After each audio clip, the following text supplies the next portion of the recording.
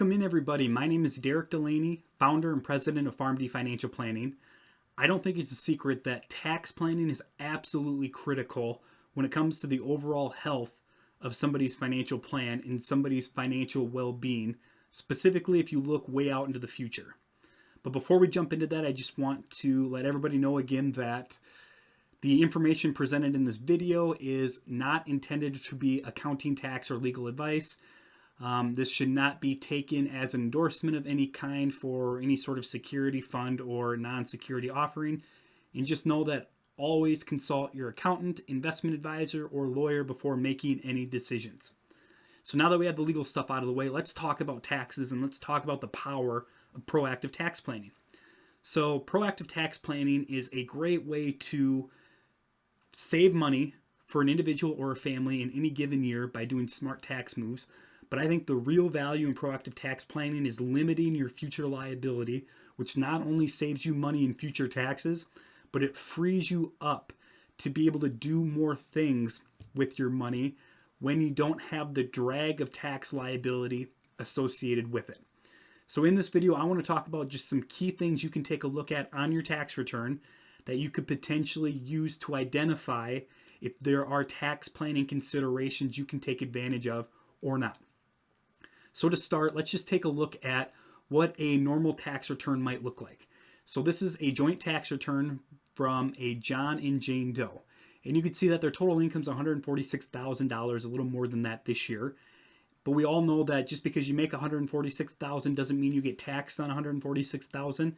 Their taxable income after above the line and below the line deductions is $121,000, which means once that $121,000 gets run through the marginal income tax returns, the amount of tax they owe is about $18,000.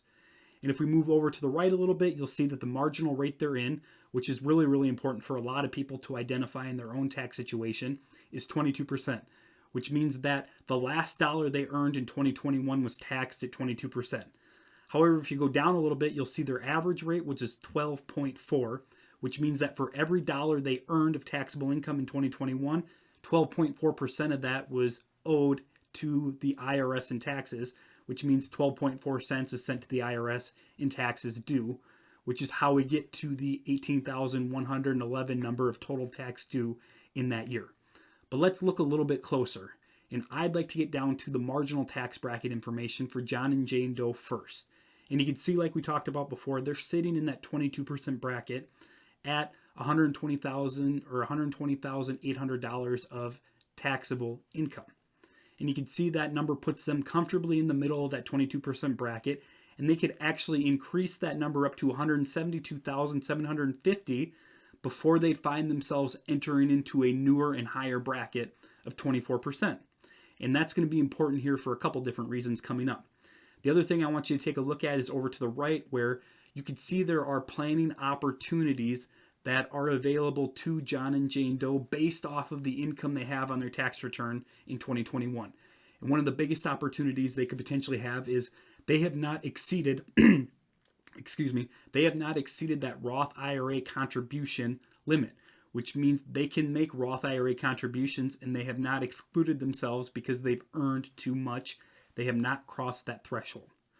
So going back to the marginal tax bracket, this is important because this is what you want to look at primarily when you think about doing something like a Roth conversion. Do we think your tax liability right now is going to be less than what we feel your tax liability could be in the future?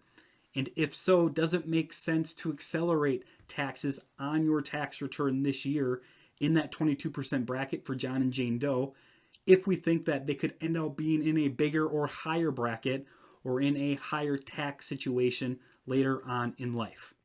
So that's on the ordinary income tax side. Now let's go to what it looks like on a capital gain side. And you can see here that the marginal rate they fall into is 15%. And I think this is important for a lot of people to know that capital gain assets get taxed differently than ordinary income does. So ordinary income, like the income you get, the income that gets taxed from your job, is different than the tax that gets placed on any sort of gain from the sale of a capital asset like a stock. So these capital assets, their tax brackets are 0, 15, and 20%. But you have to remember that capital gains get stacked on top of ordinary income. And that determines which capital gain bracket you fall into. So even though John and Jane Doe only have $250 of capital gain taxable liability this year, they don't get that tax in that 0% bracket. They get taxed in the 15% bracket because that 250 gets stacked on top of the 120,800 of ordinary income they have this year. So just know when you're planning out your taxable income and when you're determining whether tax liability will fall into that capital asset category or the ordinary income category, just know that what bracket you fall into from the capital gains bracket side of things will directly be determined by how much ordinary income you have in the year. And then you should also note that the opposite is not true. It doesn't matter how much capital gain assets you have, that will never directly impact what your ordinary income tax liability will be in any given year because it gets stacked on top, and that ordinary income will always fall within whatever brackets they were going to, regardless of how much capital gain taxation you have in any given year. The other thing I want to point out, which I think is really important, is for the people who are getting close to age 65 and planning on starting Medicare. So Medicare Part D and B premiums are dependent on what your income is 2 years prior. So you could be 63 years old and you're planning on taking Medicare at 65. The type of income you put on your tax return and the type of tax liability you have on your tax return when you're 63 will determine the Medicare premiums you pay when you're 65. Which means that if you find yourself bumping up to one of these Medicare premium thresholds, you have to be very careful about putting too much additional income on your tax return and exceeding that threshold. Because all you have to do is exceed it by a couple dollars and you're automatically bumped into those higher premium brackets when you start taking Medicare or paying those Medicare premiums 2 years after. And one of the biggest things I see, or one of the biggest reasons I see people end out bumping themselves inadvertently into a higher Medicare premium bracket is through something like a Roth conversion. They may want to take a Roth conversion and take advantage of lower expected tax liability now compared to what they think is going to happen in the future, and they end up bumping themselves into a higher Medicare premium bracket, which in the long run will probably cost them more in that year than the savings they make from doing the Roth conversion now compared to the higher tax rate they're probably going to find themselves in later on in life, if that's the reason they do the Roth conversion to begin with. So just know that a lot of things take place on your tax return, and a lot of tax decisions not only impact you in the current year, but also could impact your financial well-being and tax liability in future years. And one of the biggest reasons why I think tax planning is absolutely critical right now is because of the expectation that tax law is going to revert back to what it was in 2017 after the Trump tax cuts sunset at the end of 2025.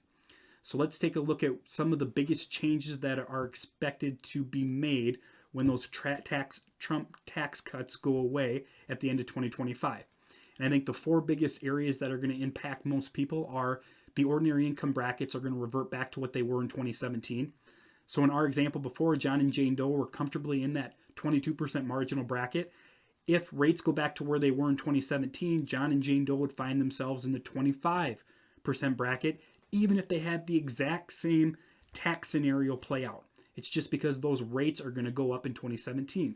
The other big one is that $10,000 SALT deduction cap is expected to go away. So if you found yourself before 2018 taking advantage of itemized deductions, and now you're a standard deduction taker because of that cap, well, you may find there's greater opportunity to limit your overall tax liability once that cap goes away. And then the standard deduction that people take right now is expected to be lowered quite significantly to 2017 levels once those tax Trump changes sunset. And then finally, AMT, the expected, the AMT exemption reverts back to 2017 levels, but that it will be adjusted for inflation. So those are the four biggest areas that if you find yourself being affected by any one of those four areas, and there are other changes that are going to take place too, but if you find yourself being affected by any of those four areas, you could potentially have more tax liability ahead of you than you anticipate, which would make proper proactive tax planning today that much more beneficial.